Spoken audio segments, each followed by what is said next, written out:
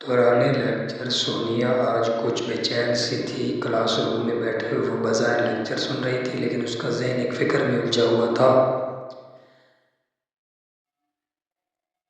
چلان form کا مسئلہ اس کے سر پر منڈلا رہا تھا۔ صبح سے ہی اسے یہ فکر کھائے جا رہی تھی کہ ابھی تک اس کا چلان فارم کیوں نہیں آیا، جبکہ کل اس کی آخری تاریخ تھی۔ اس نے کئی بار کلرک آفس سے معلومات لینے کی کوشش کی تھی، لیکن کوئی فائدہ نہ ہوا۔ سر اسفل وائٹ بورڈ پر کچھ لکھ رہے تھے، لیکن سونیا کی توجہ ان کی طرف کم اور اپنے مسئلے پر زیادہ تھی۔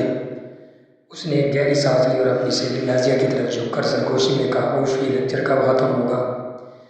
کیوں، کیا بات ہے؟ نازیہ نے فکر مندی سے اسے دیکھ کر پوچھا۔ تو سونیا بولی، چلان فارم ابھی تک نہیں آیا اور کل آخری تاریخ ہے۔ اگر آج فارم جمع نہ ہوا تو مسئلہ بن جائے گا۔ مجھے آج کلرک آفس جانا ہی پڑے گا۔ تم میرے ساتھ چلو گی؟ نازیہ نے نظر لاتے ہوئے معذرت کی۔ نہیں یار، اگلا پیریڈ بہت ضروری ہے اور مجھے آج لائبریری سے ایک کتاب بھی ایشو کروانی ہے۔ سونیا نے تھوڑا مایوس ہو کر کہا، ٹھیک ہے، پھر چھٹی کے وقت ملتے ہیں۔ اگر میں دیر سے آئی تو پلیز وین میں میری سیٹ رکھ دینا۔ نازیہ نے مسکراتے ہوئے جواب دیا، ہاں ہاں، فکر مت کرو، میں تمہاری سیٹ محفوظ رکھوں گی۔ لیکچر ختم ہونے کے فوراً بعد سونیا نے جلدی سے بکس اپنے بیگ میں ڈالی اور سر سے اجازت لے کر کلاس روم سے باہر نکل آئی۔ اسے جلدی تھی کہ کسی طرح کلرک آفس جا کر اپنا چلان فارم حاصل کرے تاکہ کل کسی قسم کی پریشانی نہ ہو۔ جیسے وہ کالج کے مرکزی ہال میں پہنچی، اسے کالج کے گارڈ نے آواز دی تو وہ رک گئی۔ تو گارڈ تیزی سے اس کے قریب آیا اور اس کی آنکھوں میں آنکھیں ڈال کر بولا، آپ سونیا ہیں؟ آپ کا چلان فارم جمع ہوا؟ سونیا نے اس کے طرف دیکھنے پر گڑبڑاتے ہوئے نفی میں سر ہلاتے ہوئے کہا، جی میں سونیا ہوں، فارم نہیں ملا مجھے، میں اسی لیے کلرک آفس جا رہی ہوں۔ گارڈ نے ایک لمحے کے لیے سوچا اور پھر سنجیدگی سے کہا، آپ کو کلرک آفس جانے کی ضرورت نہیں ہے، آپ میرے ساتھ آئیں، میں آپ کا مسئلہ حل کروا دیتا ہوں۔ تو سونیا نے تھوڑا چونک کر گاڑی کی طرف دیکھا۔ اسے گارڈ کی یہ بات کچھ عجیب سی نہیں لگی، کیونکہ اس نے سوچا شاید گارڈ کو انتظامیہ کی جانب سے کوئی انسٹرکشن ملی ہو، تبھی تو وہ اتنی انکوائری والے انداز میں اس کا نام پوچھ رہا تھا۔ وہ اپنے دل کو جواز دیتے ہوئے گارڈ کے ساتھ چل پڑی، لیکن وہ ایک دم چونکی۔ گارڈ اسے کالج کے پیچھے والے حصے کی طرف لے جا کر رہا تھا، جہاں عام طور پر طلباء کا زیادہ آنا جانا نہیں ہوتا تھا۔ راستے میں اسے کچھ غیر معمولی سے احساس ہونے لگا، لیکن اس نے اپنے دل کو پھر سے تسلی دی کہ شاید وہ زیادہ سوچ رہی ہے۔ اچانک گارڈ اسے ایک سنسان راستے سے لے جا کر ایک جگہ روکا اور کہا، آپ یہاں انتظار کریں، میں بھی آپ کا مسئلہ حل کر کے آتا ہوں۔ سونیا کو کچھ عجیب سا لگا، لیکن اس نے کوئی سوال نہیں کیا۔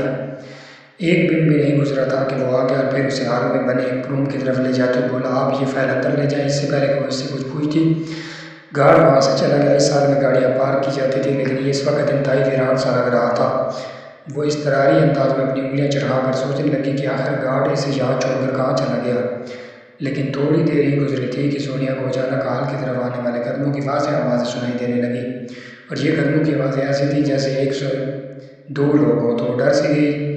جب چھٹی کا وقت ہوا تو نازیہ اور باقی لڑکیاں سونیا کا انتظار کر رہی تھیں۔ وین میں اس کی سیٹ خالی تھی اور نازیہ نے خاص طور پر یہ سیٹ محفوظ کر رکھی تھی۔ کچھ لڑکیاں اس سیٹ پر بیٹھنے کی کوشش کر رہی تھیں، لیکن نازیہ نے ان سے بار بار الجھ پڑتی، یہ سیٹ سونیا کی ہے، وہ ابھی آتی ہی ہوگی۔ لیکن جب کافی دیر گزر گئی اور سونیا نہ آئی تو نازیہ کو فکر لاحق ہو گئی۔ وین کے ڈرائیور نے اسے کہا، بیٹا جا کر سونیا کا پتہ کرو، میں زیادہ دیر یہاں نہیں رک سکتا۔ تو نازیہ فوراً وین سے اتری اور کالج کے اندر بھاگی۔ اس نے کالج کے مختلف حصوں میں جا کر سونیا کو ڈھونڈنے کی کوشش کی، ہر جگہ چکر لگایا، لائبریری، کیفیٹیریا، تک کہ کالج کے باغیچے تک گئی، لیکن اسے کہیں بھی سونیا نظر نہیں اور وہ کلرک آفس بھی آ گئی اور پوچھا کہ آیا سونیا وہاں آئی تھی یا نہیں، لیکن کسی کو کچھ ہی نہ پتا تھا۔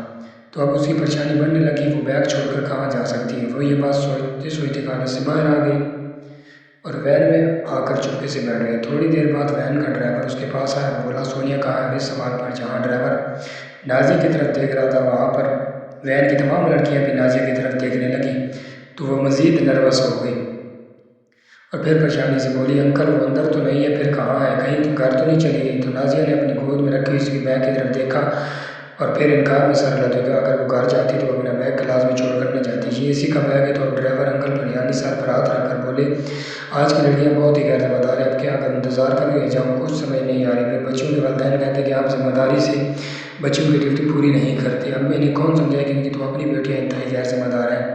وین ڈرائیور انتہائی غصے سے بولا۔ تو نازیہ مزید پریشان ہو گئی، کیونکہ وہ بہت اچھے سے جانتی تھی کہ سونی